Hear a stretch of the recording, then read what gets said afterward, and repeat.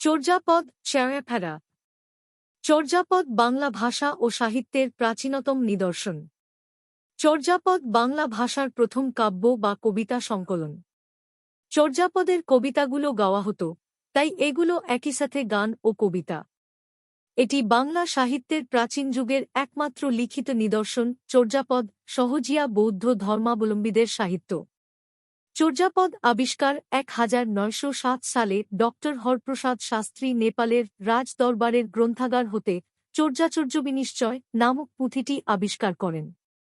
চর্যাপদের সাথে ডাকার্ণব ও দোহাকোষ নামে আরও দুটি বই নেপালের রাজ গ্রন্থাগার হতে আবিষ্কৃত হয়। হরপ্রসাদ শাস্ত্রীর সম্পাদনায় বঙ্গীয় সাহিত্য পরিষদ থেকে 1916 সালে সবগুলো বই একসাথে 1000 বছরের পুরাণ বাঙ্গালা ভাষায় বৌদ্ধ গান ও দোহা নামে প্রকাশিত হয়। বাংলার পাল বংশের রাজারা ছিলেন বৌদ্ধ ধর্মাবলম্বী। তাদের আমলে চর্যাগীতিগুলোর বিকাশ ঘটেছিল। সপ্তম থেকে দ্বাদশ শতাব্দীর মধ্যবর্তী সময়ে পদগুলো রচিত। পাল বংশের পরে আসে সেন বংশ। সেন বংশ হিন্দু ধর্ম এবং ব্রাহ্মণ্য সংস্কার রাজধর্ম হিসাবে গ্রহণ করে। ফলে বৌদ্ধ সিদ্ধাচার্যেরা এদেশ হতে বিতাড়িত হয় এবং নেপালে আশ্রয় গ্রহণ করে।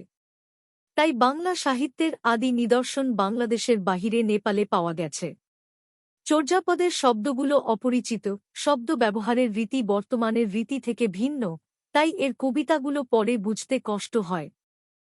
Follow the Facebook page and subscribe the YouTube channel to get more educational videos. Thank you.